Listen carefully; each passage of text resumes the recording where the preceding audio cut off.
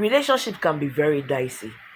Okay, they ask you a question: would you go for a rich man that gives you everything but pays less attention to you, or would you rather go for a poor guy who gives you all the attention you need? You see, most people will expect that. Okay, let me say some people will expect, or the majority will expect, you go for the guy that will give you attention. Or maybe I'm wrong with that analysis, but I'll tell you for free. You see, this life, you get why. Do you know there's a case, there may be a case whereby you were with this poor guy, he gave you all the love and attention you needed, and one day he made it in life. He made money, and suddenly everything changed. He started having issues with you, your body suddenly, that you're fat, you're not pretty again, you're this. He started complaining about you. And at the end of the day, he called it quits with you. Who lost? You did. Because you suffered with this guy, and at the end you did not gain anything from him. You didn't benefit anything from him.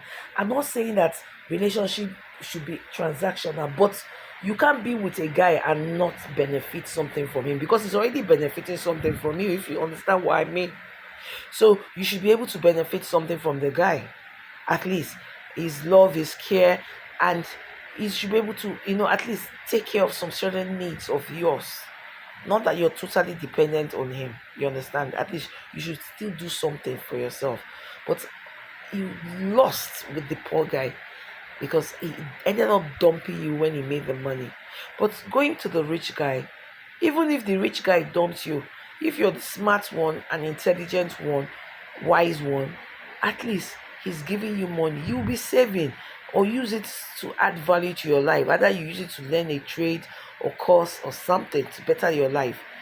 You understand? At least you benefited from him. Materially and financially and otherwise. Even if he calls it quits. So sometimes people will say they'll rather go for the rich guy, whether it works for them at the end of the day or it doesn't. They have something to gain. That is if you are smart and wise. You understand? So it's a bit dicey because you can't really base one's character from whether the person is rich or poor. But what I'll tell you, to play safe, it's best to have somebody that has something at least. It doesn't have to be a multi-billionaire or something. It's best to have a guy that has something and is prospective, and you can build on it at least and be hopeful that it works out. If it works out for both of you, fine. If it doesn't, life goes on. Rather than be with someone that hasn't close to nothing, because tomorrow you never know, he might not appreciate you when he already makes his money. You understand? So that's all I have to say. Peace and love.